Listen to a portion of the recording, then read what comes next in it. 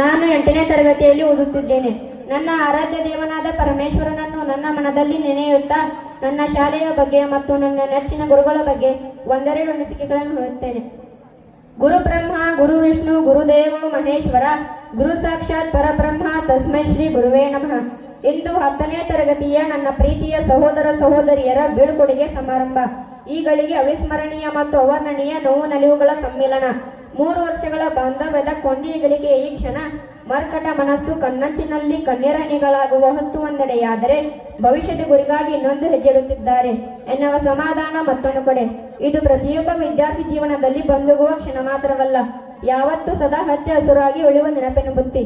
ಹೀಗೆ ಒಂದಿಷ್ಟು ಉಸಿಟದಗೆಷ್ಟು ಸಿಹಿ ಅನುಭವ. ಈಗ ಇವೆಲ್ಲ ಕೇವಲ ನೆನಪು ಮಾತ್ರ. ಆದರೆ ನನ್ನ ಪ್ರೀತಿಯ ಸಹೋದರ ಸಹೋದರಿಯರಿಗೆ ನನ್ನ ಇನ್ನೊಂದು ಮನವಿ, ಮುಂದೆ ಬರುವ ವಾರ್ಷಿಕ ಪರೀಕ್ಷೆಯಲ್ಲಿ ಎಲ್ಲರೂ ಒಳ್ಳೆಯ ಅಂಕ ಪಡೆದು ನಮ್ಮ ಶಾಲೆಗೆ ಮತ್ತು ನಮ್ಮ ಗುರುಗಳಿಗೆ ಹಾಗೂ ನಮ್ಮ ಊರಿಗೆ ಗೌರವ ಕೊಡಬೇಕೆಂದು ತಮ್ಮಲ್ಲಿ ಕೇಳಿಕೊಳ್ಳುತ್ತೇನೆ. ನಿಮ್ಮ ಮುಂದಿನ ಕಾಲೇಜ್ ವಿದ್ಯಾಭ್ಯಾಸ ಒಳ್ಳೆಯ ರೀತಿಯಲ್ಲಿ ಸಾಗಲೆಂದು ಶುಭ ಹಾರೈಸುತ್ತೇನೆ. ನನ್ನ ಈ ಮಾತಿನಿಂದ ನಿಮ್ಮ ಮನಸ್ಸಿಗೆ ನೋವಾಗಿದ್ದರೆ ನನ್ನನ್ನು ನಿಮ್ಮ ಚಿಕ್ಕ ತಮ್ಮನೆಂದು ತಿಳಿದು ಮನ್ನಿಸಿರಿ. ಇನ್ನು ನಮ್ಮ ದೇವರು, ಈ ದೇಶದ ಭವಿಷ್ಯದ ಶಿಲ್ಪಿಗಳು, ನಮ್ಮ ಗುರುಗಳ ಬಗ್ಗೆ ಹೇಳುವುದಾದರೆ ಪದಗಳೇ ಸಾಲುತ್ತಿಲ್ಲ. ಬಂಡೆಗಳಂತಿದ್ದ ನಮ್ಮನ್ನು ಕೆತ್ತಿ ತಿದ್ದಿ ಒಂದು ಒಳ್ಳೆಯ ಮೂರ್ತಿಗಳನ್ನಾಗಿ ಮಾಡಿದ್ದಾರೆ. ನಿಯಮ ಪಾಲಕ ವಿಷ್ಣುವಿನಂತೆ ಒಳ್ಳೆಯ ಆಚಾರ ವಿಚಾರಗಳನ್ನು ತುಂಬಿದ್ದಾರೆ.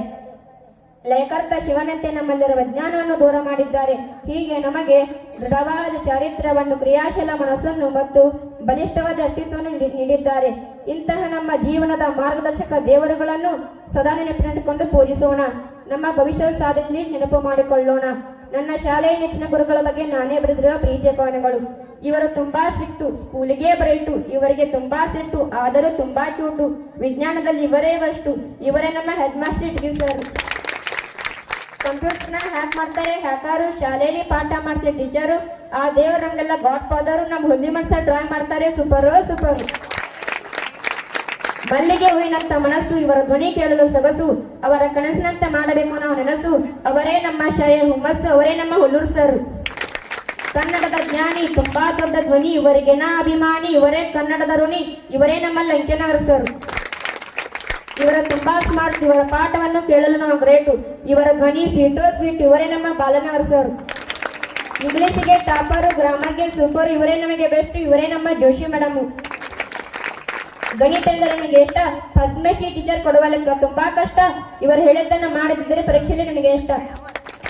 ಕೊನೆಯದಾಗಿ ನಮ್ಮ ದೇಶದ ಬೆನ್ನೆಲುಬಾಗಿರುವ ನಮ್ಮ ರೈತರ ಬಗ್ಗೆ ಹೇಳಬೇಕೆಂದರೆ ಪದಗಳೇ ಸಾಲದು. ರೈತರು ಇಡೀ ಜನಸಂಖ್ಯೆಗೆ ಆಹಾರವನ್ನು ನೀಡುವವರು. ಅವರು ಕೆಲವೊಮ್ಮೆ ರಾತ್ರಿಯ ಊಟವನ್ನು ಮಾಡದೆ ಮಲಗುತ್ತಾರೆ. ಹಗಲಿರುಳುದು ದುಡಿದು ಬೆಳೆಗಾಗಿ ಕೃಷಿಯಲ್ಲಿ ಸದಾ ನಿರತರಾಗಿರುತ್ತಾರೆ. ಆದರೆ ಅದೇ ರೈತರಿಗೆ ಇವತ್ತು ಬೆಲೆ ಇಲ್ಲ. ಮದುವೆಯಾಗಲು ಹುಡುಗಿಯನ್ನು ನೋಡುವ ಹೋದಾಗ ರೈತ ಅಂತ ತಿಳಿದು ತುಂಬಾ ಕೆಳಗೆ ನೋಡುತ್ತಾರೆ. ಡಾಕ್ಟರ್, ಇಂಜಿನಿಯರಿಂಗ್, ಇನ್ನು ಕೆಲವು ಸರ್ಕಾರಿ ಹುದ್ದೆಯಲ್ಲಿ ಇದ್ದವರನ್ನು ಮಾತುಕುತ್ತಾರೆ. ಆದರೆ ಅವರಿಗೆಲ್ಲ ಅನ್ನ ಹಾಕುತ್ತರವನೇ ನಮ್ಮ ರೈತ. ನಮ್ಮ ಗಡಿ ಕಾಯುವ ಸೈನಿಕರಿಗೆ ಮತ್ತು ನಮ್ಮ ದೇಶದ ಬೆನ್ನೆಲುಬಾಗುವ ರೈತರಿಗೂ ಯಾವಾಗಲೂ ನಾವು ಗೌರವ ಸಲ್ಲಿಸೋಣ. ಇಷ್ಟೊತ್ತು ಮಾತನಾಡಲು ಅವಕಾಶ ಕೊಟ್ಟಿದ್ದಕ್ಕಾಗಿ ಎಲ್ಲರಿಗೂ ನನ್ನ ಧನ್ಯವಾದಗಳು. ನಾನು ಮಾತನಾಡಿದರೆ ಏನಾದರೂ ತಪ್ಪಿದ್ದರೆ ನನ್ನನ್ನು ನಿಮ್ಮ ಚಿಕ್ಕ ಹುಡುಗರನ್ನು ಕ್ಷಮಿಸಿರಿ. ಜೈ ಹಿಂದ್, ಜೈ ಭಾರತ್ ಮಾತಾ.